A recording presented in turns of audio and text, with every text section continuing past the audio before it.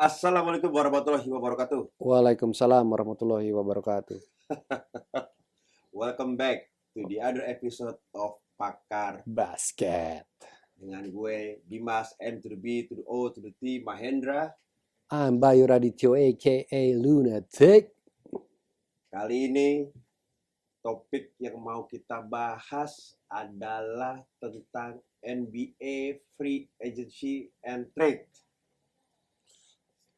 Agak berat. Selamatin gue dulu dong. Sebelum itu gue mau ngomong dulu baru gue selamatin dulu. Agak berat gue ngomong ini.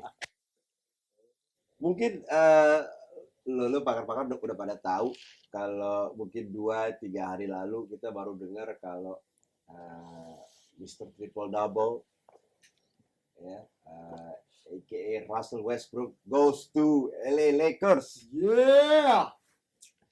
Welcome to the Lake Show, Brody. Komen gue pertama kali baca itu sebenarnya sedih. Kenapa sedih? Karena menurut gue Lakers punya opportunity yang better dibandingkan dengan season lalu. Opportunity? Better. What do you mean? Dengan masuknya Westbrook, menurut gue Lakers punya keuntungan yang sangat besar. Kenapa? Karena gue menilai Russell Westbrook itu pemain yang spesial. Determination-nya itu tinggi banget. Dan dia nggak peduli apa kata orang, dan dia udah dibuktikan ketika dia main di tim dia terakhir di Wizards ya. Yang Dia masuk playoff. nggak masuk playoff tapi ya Masuk. Masuk. Dia masuk, tapi kan rekornya nggak bagus lah. Tapi dia bisa mensupport teammates-nya gitu. Nah, mungkin banyak orang juga sekarang bilang, wah Lakers ngambil pemain-pemain bintang, jadi semua sekarang timnya bintang-bintang. Sebenci-bencinya gue sama Lakers, gue bantah itu. Justru thanks to me. Tunggu dulu, gue mau dengar penjelasan lo dulu baru gue thanks. Tadi gue muntah salaman lo gak mau. Gue dengar penjelasan lo dulu. Kenapa gue bilang gitu? Karena gini, yang lu ambil juga sebenarnya bukan pemain yang bisa dibilang lagi meletak. Apalagi lu dengar sekarang Lakers lagi coba deketin Carmelo. Dwight Howard dibilang lagi mau balik lagi ke Lakers. Terus orang bilang it's not fair. Lakers mengkoleksi semua pemain superstar. Menurut gue enggak. Betul. Itu adalah pemain-pemain superstar pada eranya yang sekarang bukan lagi prime, jatuhnya mereka adalah pemain veteran. Dan itu sah karena seorang pemain veteran di NBA itu mereka punya cap-nya sendiri, mereka punya bucket-nya sendiri. Jadi nggak bisa itu lo bilang bahwa menguntungkan pemain superstar walaupun itu jatuhnya adalah sudah veteran. Nah disitulah makanya gue bela tuh fans Lakers. Gue bilang walaupun gue as much as I hate Lakers, tapi kalau ada orang ngomong gitu pasti gue bantah. Tapi kan Celtic ada trade juga. Belum. Siapa yang baru masuk? Siapa yang baru masuk? Josh Richardson. Siapa tuh? Kita nggak tahu. Siapa tuh? Josh Richardson tuh wingman-nya dulu main di Dallas Mavericks lah. Ya, I know. Ya kan? I know. Tapi maksud gue begini ya, ada satu plan yang gue lihat dari Danny Ainge, ataupun sekarang kan kalau nggak salah Brad Stevens tuh udah masuk ke dalam jajaran manajemen Celtics. Jadi he is no longer a coach. Kalau nggak salah dia jadi GM deh kalau nggak salah. Nah, gue melihat ada sebuah master plan yang dilakukan oleh Celtics untuk di season depan. Dan depannya lagi. Ya pastilah. Ya oke. Jadi dia mulai mengkoleksi shooting guard atau pemain di posisi small forward. Masuknya Josh Richardson. Itu bagus di bermain defense. Masuk lagi Chris Dunn. Itu baru masuk juga. Baru masuk. Notabene dia offense bagus. Nah, apa yang terjadi dengan masuknya dua orang ini? Gue melihat ada master plan bahwa salah satu di antara Tatum dan Brown itu pasti akan ada yang dikorbankan. Dan nggak mungkin Tatum. Jadi gue melihat Jaylen Brown nih kemungkinan di next season akan di trade. Smart?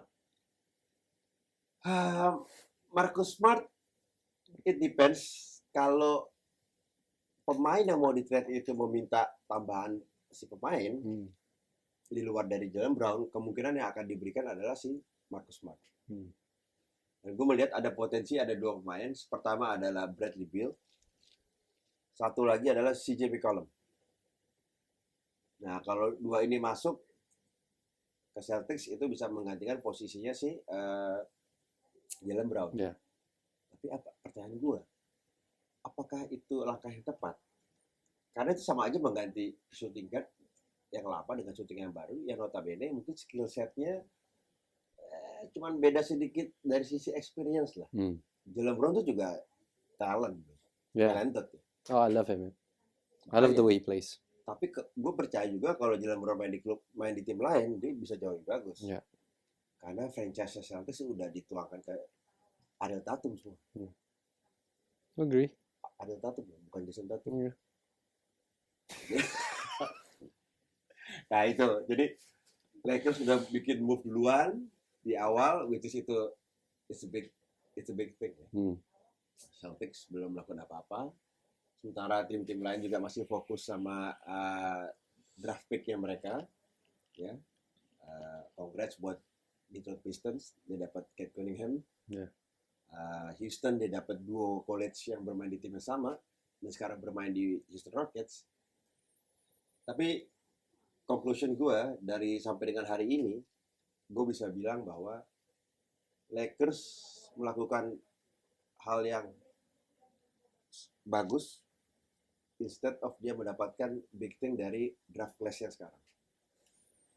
Better than a draft class, man. Yes, karena gue nggak bilang jelek ya, tapi draft class yang tahun ini tuh menurut gue is not that special. Benar-benar long term plan banget, 3-5 tahun. Jadi kalau lo mau building a team ya, nggak mungkin kan lo Lakers building a team another 3 to 5 years. Sementara dalam 3 tahun. They'll just be another Kuzma.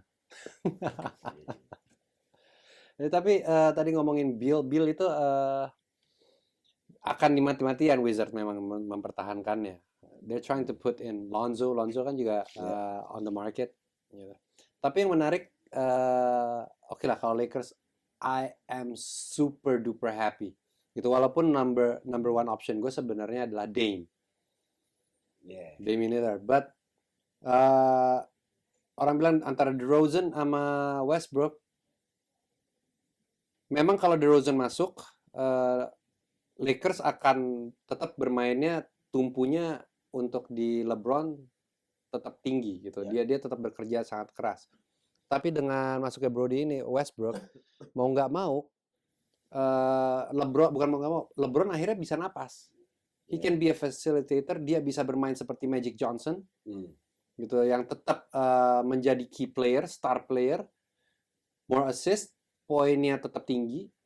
Ini tetap masih bisa dibagi kok poinnya ini. Karena kuncinya di 3 tetap. AD, LeBron, dengan sekarangnya ada Westbrook mau jadi top scorer. Pertanyaannya kan adalah apakah AD akan dijadikan peran seperti Chris Bosh waktu di Miami Heat? Itu yang menjadi teka-teki untuk Lakers. Apakah seperti apa? Yang menjadi challenge. Menjadi challenge buat Lakers. Ya kita lihat nih apakah bisa seperti itu. Tapi yang pasti Westbrook akan tetap menjadi Mr. Triple Double dan dia akan main lebih maksimal dari biasanya. Karena dia di sini saat pembuktiannya dia udah move teams. Now he's got a championship team again.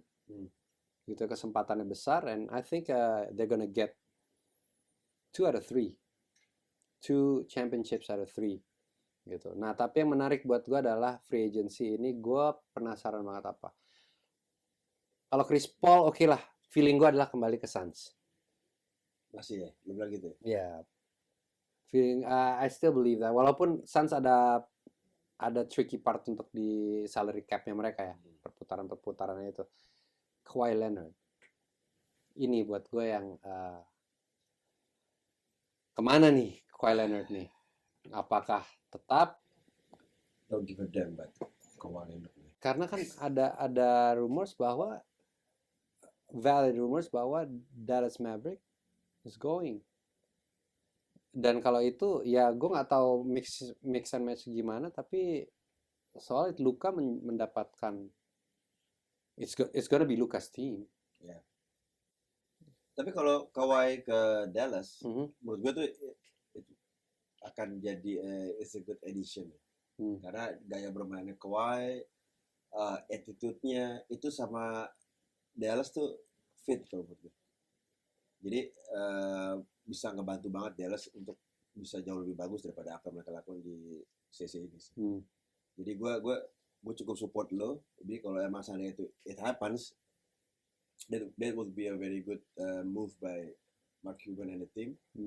Akan brings more benefits compared to dia mendatangkan pemain-pemain yang ya, lain-lainnya lah. Tapi sebenarnya in overall hal yang paling gue tunggu sebenarnya selain pergerakan ngambil pemain-pemain bintangnya itu, tapi di akhir-akhir sisa deadline biasanya itu adalah hal yang paling seru. Adalah ketika tim-tim itu ngisi sisa-sisa slot di rosternya yang justru malah bisa impact ke performance tim itu sampai lebih jauh lagi. Yeah, just like the Lakers still need shooters. Ya makanya Melo is a good option. Rudy Gay, ini DeMar DeRozan memaksa. Dia yang masih pengen, kabarnya dia mau menurunkan gajinya dia, namanya dia one time.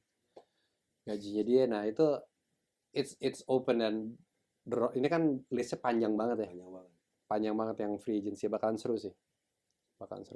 Oke, anyway, pakar-pakar basket, deadline-nya juga masih panjang.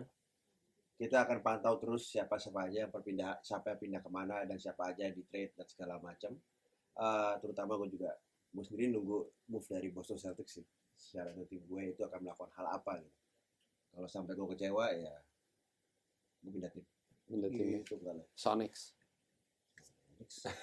Oklahoma lah. Anyway, kalau gitu kita ketemu lagi di episode berikutnya. Right there. Sampai ketemu. Assalamualaikum warahmatullahi wabarakatuh. Assalamualaikum.